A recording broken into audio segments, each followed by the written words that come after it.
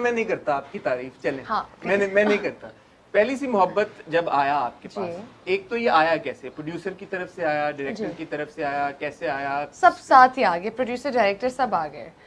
मुझे अब्दुल्ला की कॉल आ रही थी और अब मतलब उनसे बात हुई तो उन्होंने मुझे कहा कि इसको डायरेक्ट करेंगे अंजुम शहजाद। तो मैंने अगली कोई बात नहीं की, मैंने कहा मुझे स्क्रिप्ट भेज दे बस। अब क्योंकि अंजुम के साथ मैंने कभी काम नहीं किया हुआ था और वो इतनी अच्छी डायरेक्टर है, तो वो मुझे आया स्क्रिप्ट। इसके अलावा भी बहुत से स्क्रिप्ट्स थे, तो मैंने जल्दी जल्दी, मुझे याद है मैंने पढ़ना शुरू किया, डेली में कोई ना कोई स्क्रिप्ट पढ़ रही थी।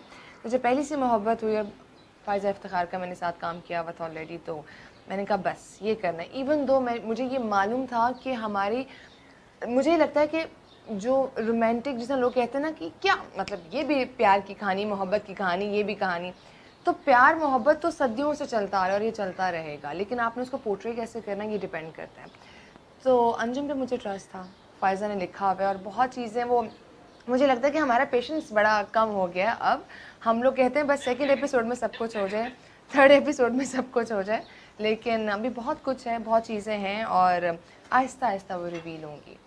तो मैं ऑब्वियसली स्टोरी के बारे में तो आपसे नहीं पूछूंगा, but how is it like to come back on the TV set after a couple of years? Amazing amazing. मुझे याद है मैं आई कराची में और मुझे पूरी रात नींद नहीं आई थी हसन, क्योंकि मुझे पता था कि सुबह जाके काम करना है और वो बैक टू बैक सीन्स होना, और फिर आपको पता है कि एक सीन में आप हंस रहे हैं, एक सीन में आप रो रहे हैं, एक सीन में मतलब आपको और जो कोविड का टाइम था ना, उसमें किसी ने कुछ नहीं किया हुआ था, तो वो ज़्यादा एनर्जी थी कि बस कुछ करना है और एक्साइटमेंट थी। लेकिन कुछ एक महीने के बाद जब बहुत ज़्यादा ही काम हो गया तो मैंने कहा मुझे ब्रेक भी चाहिए, मुझे ब्रेक चाहिए।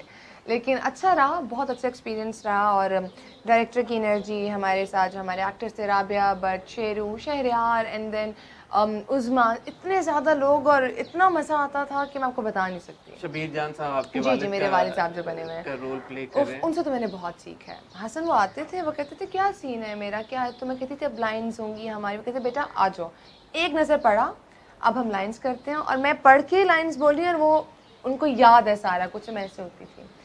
और मेरे पास पिक्चर्स हैं बाकायदा, जब उनका सीन हो रहा होता था तो मुझे अंजुम बिठाते थे और कहते थे कि हेडफोन्स लगाओ और देखो ये काम कैसे कर रहे हैं, और मैं और आबे ऐसे बैठ के देख रहे होते थे। कमाल के। तो शहरी के साथ आपने फिल्म करते ही ड्रामा साइन कर लिया, हाँ। वो एक थॉट क्या थी कि यार आप दोनों की तरफ से, आई सपोज कोई कॉन्वर्सेशन तो हुई होगी ना, अभी हमने फिल्म की, अब हम ड्रामे में साथ आ जाएं, आए नहीं आए, करें नहीं हाँ, करें? ये तो हुई थी, ये तो मतलब हमने प्लान नहीं कभी किया था कि हम एक साथ, क्योंकि पर लव के बाद हमें फिल्म साथ में हुई थी, बहुत सारी ऑफर्स हुई थी, तो हम लोग यही सोच रहे होते थे करें ना करें, थोड़ा ब्रेक ले लें कि मतलब कुछ और लोगों के साथ काम करें। उसके बाद कोविड का टाइम आया, फिर उसके बाद हमें ड्रामाज, मुझे 4 ड्रामे जो थे वो शहरयार के साथ आए थे। मैं कहती थी शहरयार मतलब ये क्या हो रहा है। तो आई थिंक लोगों को केमिस्ट्री हमारी अच्छी लगती है ऑन स्क्रीन और उनको लगता है कि हम कुछ अच्छा करते हैं साथ में।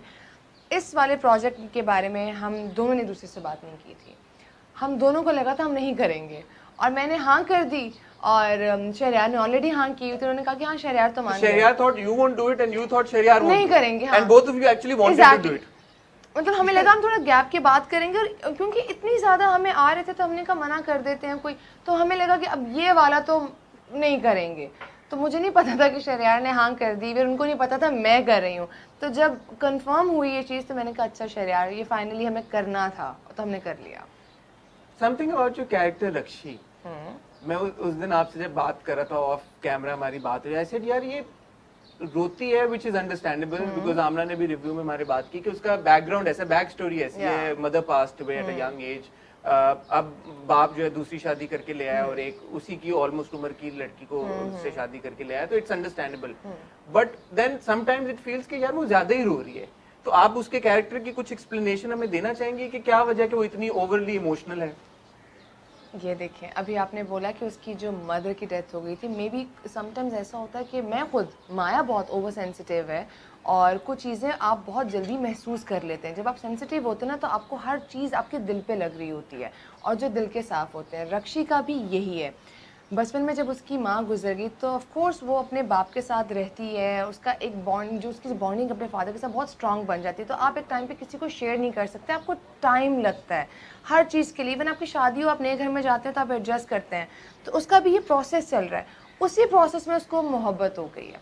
अब जब मोहब्बत हुई है तो उसको लग रहा है कि अब ये जो है ना, ये मेरे साथ, चूँकि उसकी दोस्ती नहीं है नरगिस के साथ, उसकी अम्मा के साथ, तो ये सब कुछ ख़राब कर देगी। तो जब वो अपना गुस्सा, अपनी बात किसी से नहीं कर पाती, तो हर एक इंसान का एक तरीका होता है अपना कोई भी चीज़ एग्रेशन निकालने का या रिएक्ट करने का।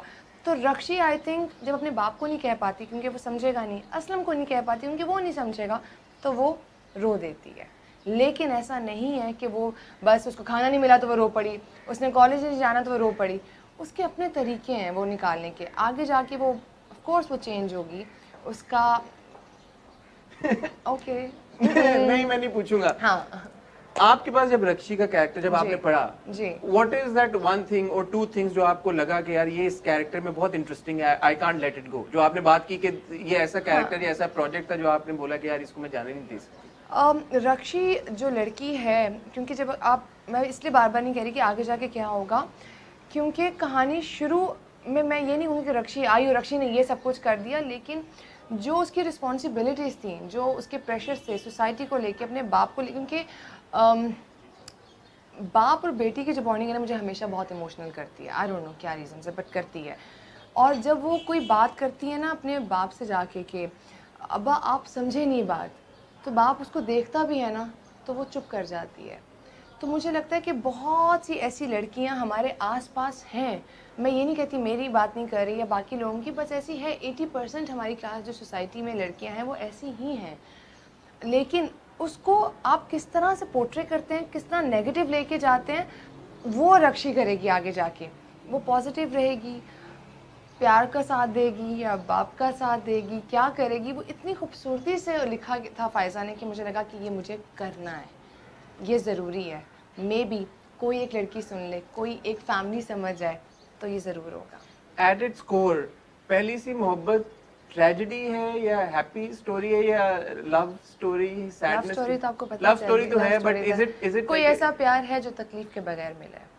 हाँ, बट देन तकलीफ के बगैर पास से ऐसे प्यार मिलते हैं और फिर हैप्पी एंडिंग हो जाती है। ये तो आप देख लीजिएगा। मैंने आपसे कहा था हसन, मैं नहीं बताऊंगी कुछ। नहीं, मैं ऑनेस्टली मैं ना अपना एक्सपीरियंस खराब करना चाहता हूँ ना अपने व्यूअर्स का, क्योंकि वो पहले ही मुझे कहते हैं कि मैं स्टोरी निकलवाने की कोशिश करता हूँ। बिलीव मी, मैं कोशिश नहीं कर रहा, और माया ने भी डिसाइड किया है कि वो कुछ नहीं बताएंगे। आई हूँ आज घर से।